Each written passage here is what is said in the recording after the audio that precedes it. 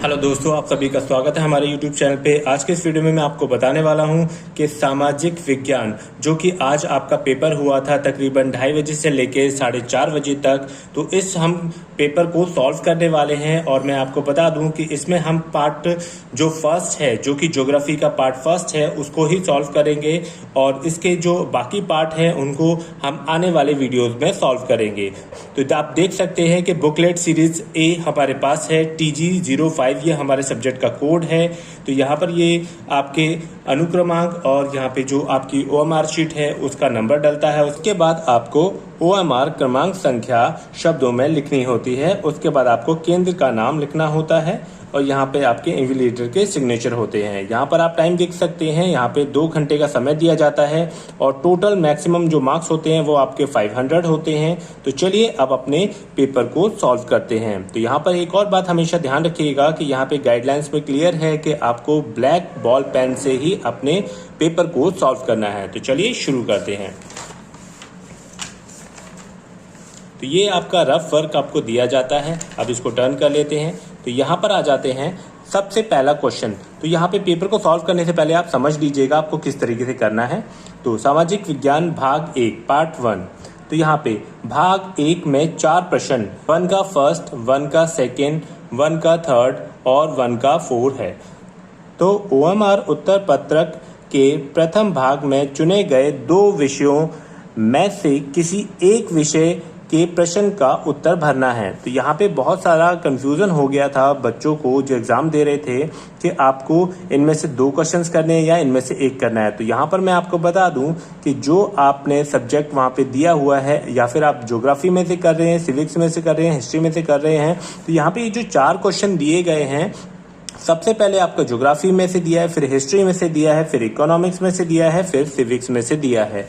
तो अगर आप ज्योग्राफी करते हैं तो आप इसका आंसर देंगे और उसके साथ सिविक्स करते हैं तो आप इसका आंसर देंगे। इनमें से किसी एक का आंसर आप दे सकते हैं। वहीं पर अगर आपने हिस्ट्री चुना है और सिविक्स चुना है तो आपको इसमें से या इसमें से किसी एक का आंसर देना है। ठीक है, तो यहाँ पे ये आपका डाउट क्लियर हो जाता है। क्वेश्चन नंबर 1 का आपको सिर्फ एक ही करना है, किसी भी एक पार्ट में से एक क्वेश्चन कर सकते हैं। ठीक है, तो चलिए यहाँ पर हमने ज्योग्राफी के बारे में बात की है। तो यहाँ पे हम ज्योग्राफी का पहला क्वेश्चन पढ़ेंगे। अलेप्सी बंदरगाह किस तट पर स्थित है? तो यहाँ पर आपका जो आंसर हो जाएगा वो हो जाएगा आपका बी, केरल पर स्थित है। अब इसके बाद आ जाते हैं हम अपने क्वेश्चन नंबर 2 पर। युर्त निम्न में से किस प्रजाति का घर है? तो यहाँ पे जो हमारा करेक्ट आंसर हो जाएगा ऑप्शन नंबर डी, किरगिज का। उसके बाद आ जाते हैं हेटलेसी ने वृहत स्तर पर विश्व को कितने कृषि क्षेत्रों में विभाजित किया था? तो इसका जो आंसर है वो 11 है, 11 क्षेत्रों में विभाजित किया था। क्वेश्चन नंबर 4 पे आ जाते हैं। निम्नलिखित में से किस एक को संपन्नता का झरना कहते हैं? तो यहाँ पे आपका डी हो जाएगा, सौर ऊर्जा। अब इसके बाद आ जाते हैं क्वेश्चन नंबर 5 पे। 2011 की जनगणना अनुसार निम्नलिखित में से किस राज्य में जनगणना की सबसे कम दाशकीय वृद्धि दर रही है? तो यहाँ पे जो हमारा आंसर हो जाएगा ऑप्शन नंबर ए, केरल। अब इसके बाद अगले क्वेश्चन पे आ जाते हैं। क्वेश्चन नंबर 6, महात्मा गांधी जल शक्ति परियोजना भारत में किस राज्य में स्थित है? तो यहाँ पे जो हमारा करेक्ट आंसर है ऑप्शन सी, कर्नाटक में स्थित है। इसके बाद आते हैं हम क्वेश्चन नंबर 7 पे। भारत में सबसे बड़ा कपास उत्पादक राज्य कौन सा है?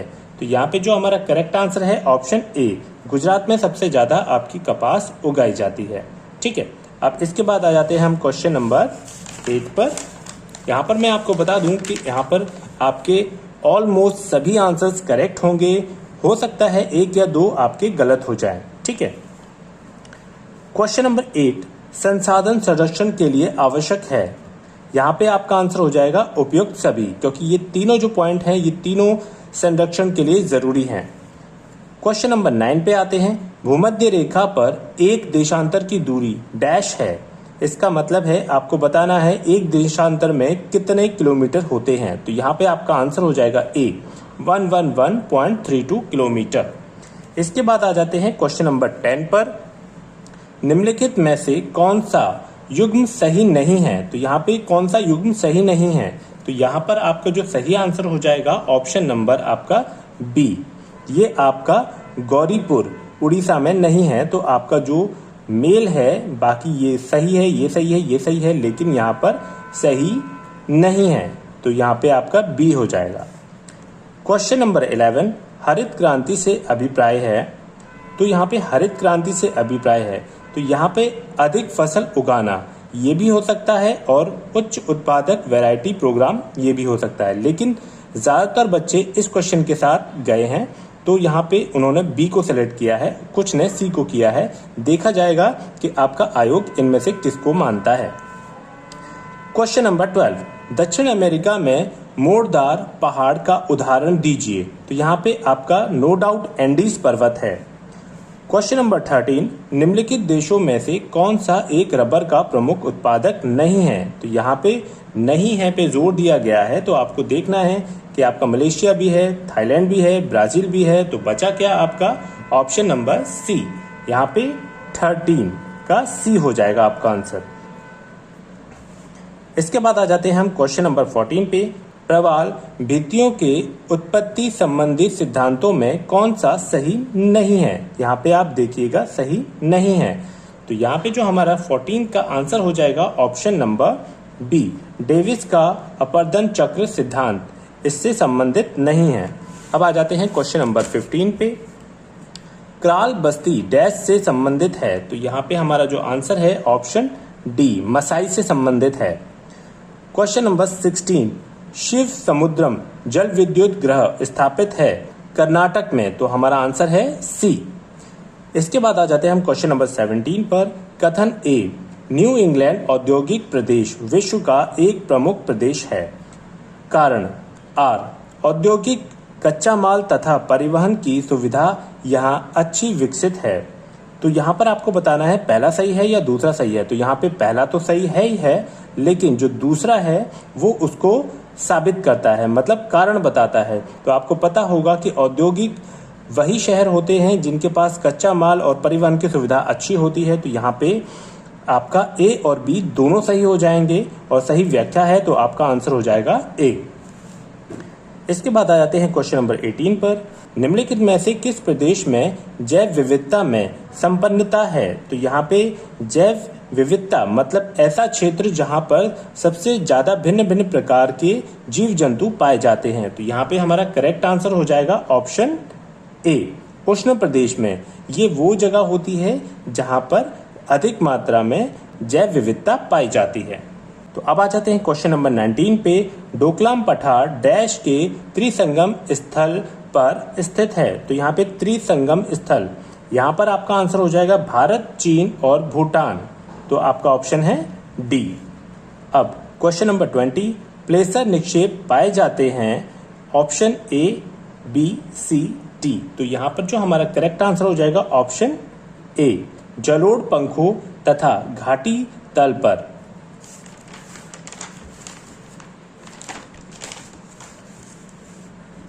तो अब आ जाते हैं क्वेश्चन नंबर 21 पे। रूस के ग्रामीण अधिवास सामूहिक फार्म को कहते हैं गांव। यहाँ पे ऑप्शन ए आपका सही हो जाएगा। रूस में जहाँ पे एक समूह के रूप में लोग रहते हैं वहां हम उसे गांव कहते हैं। अब अगला क्वेश्चन आता है आपका, हीराकुंड बांध किस नदी पर निर्मित है। तो यहाँ पे आपका आंसर हो जाएगा नो डाउट महानदी पर निर्मित है।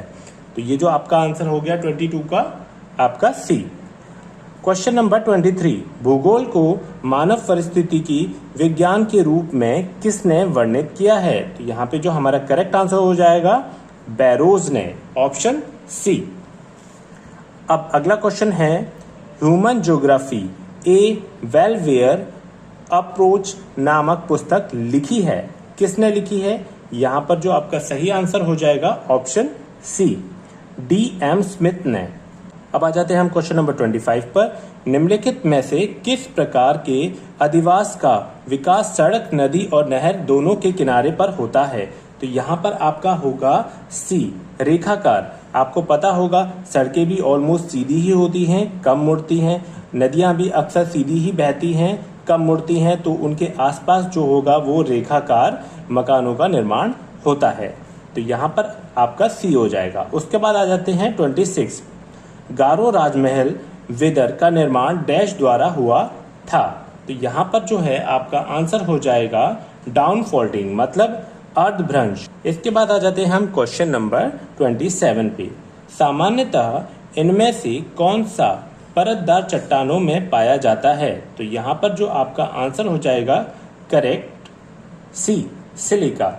इसके बाद आ जाते हैं क्वेश्चन नंबर 28 पर।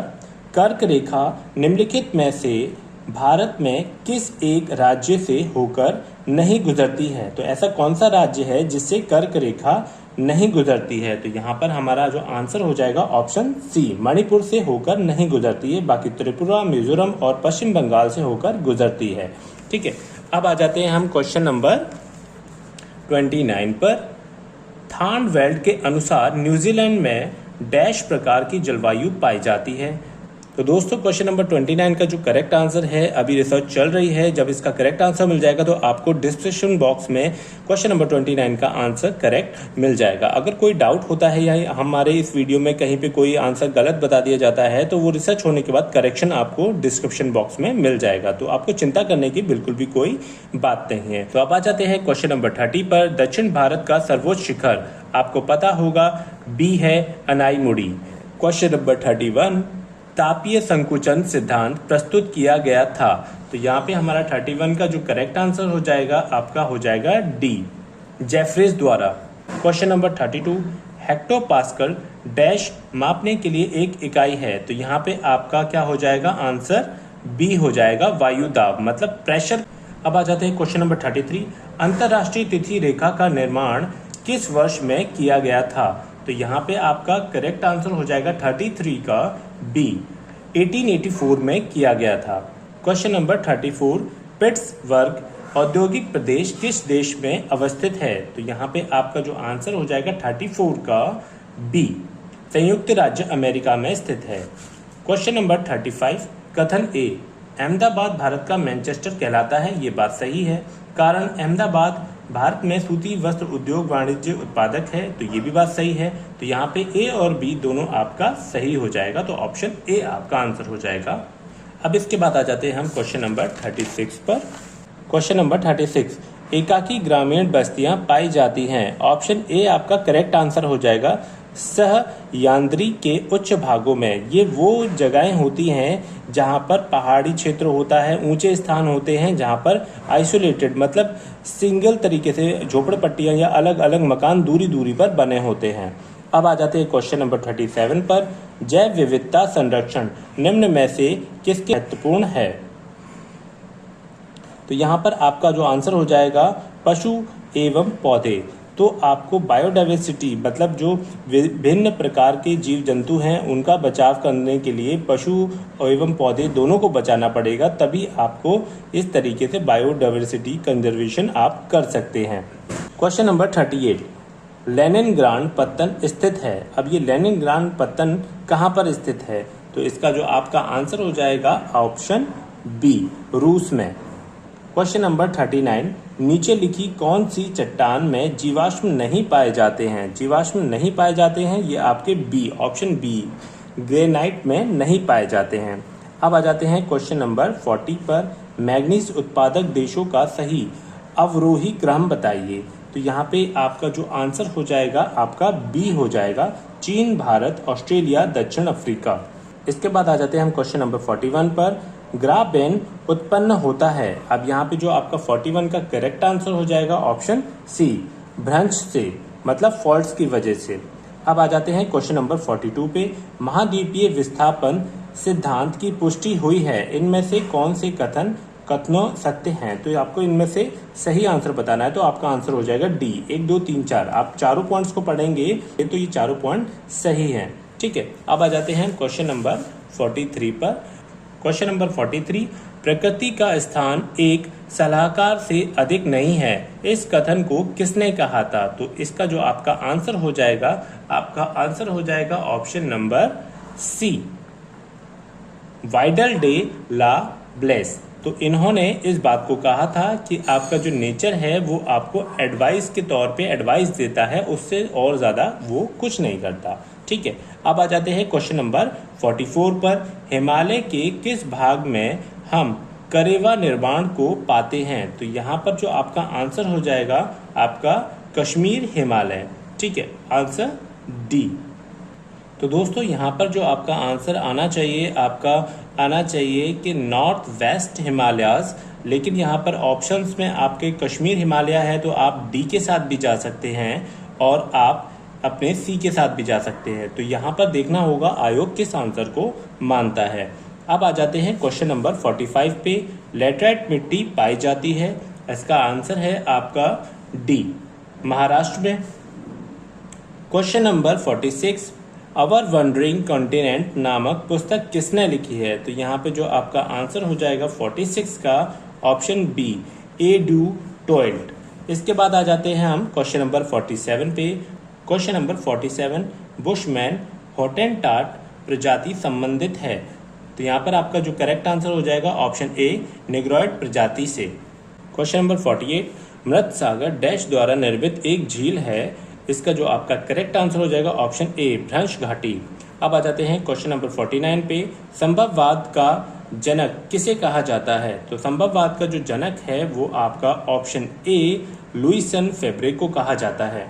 अब आ जाते हैं हम क्वेश्चन नंबर 50 पर। मानसून शब्द की व्युत्पत्ति हुई है, तो यहाँ पे जो आपका सही आंसर हो जाएगा आपका अरेबिक, ऑप्शन ए आपका आंसर करेक्ट हो जाएगा। क्वेश्चन नंबर 51, पृथ्वी पर दिन रात बराबर नहीं होने का कारण क्या है?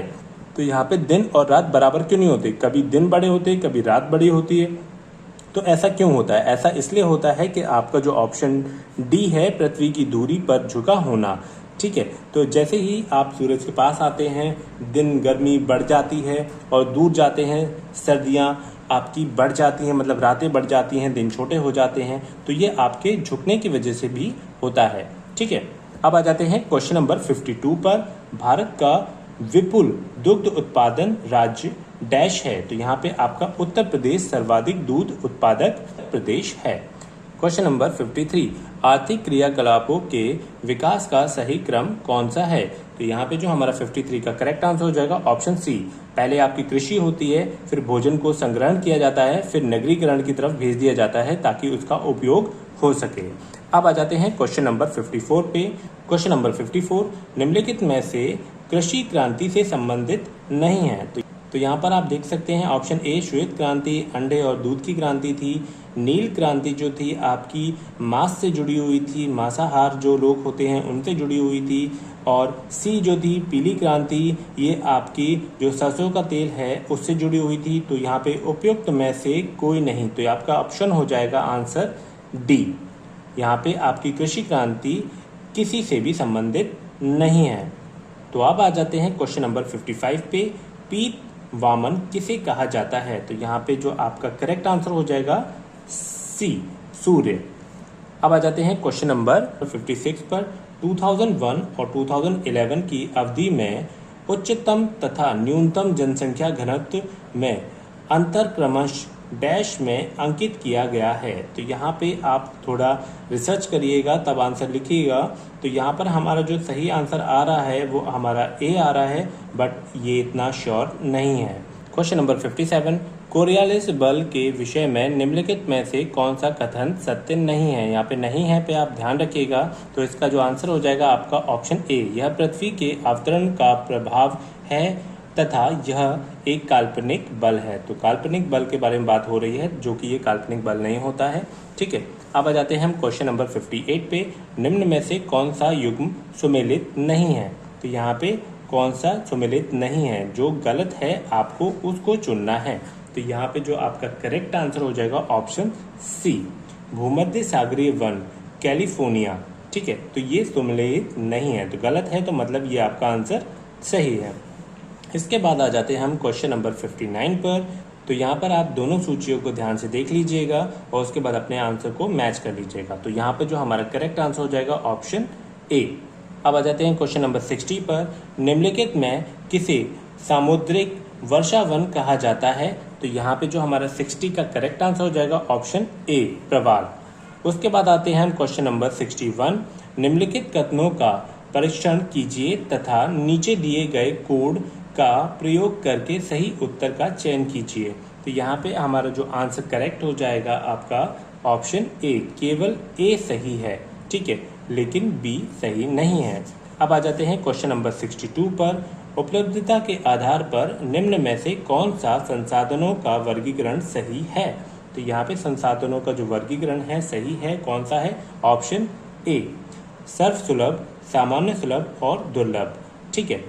अब आ जाते हैं हम अपने क्वेश्चन नंबर 63 पर। विश्व में धान उत्पादन में देशों के समूह के अवरोही क्रम में सही है। तो यहाँ पे आपका जो करेक्ट आंसर हो जाएगा आपका ऑप्शन डी, चीन, भारत, इंडोनेशिया, संयुक्त राज्य अमेरिका।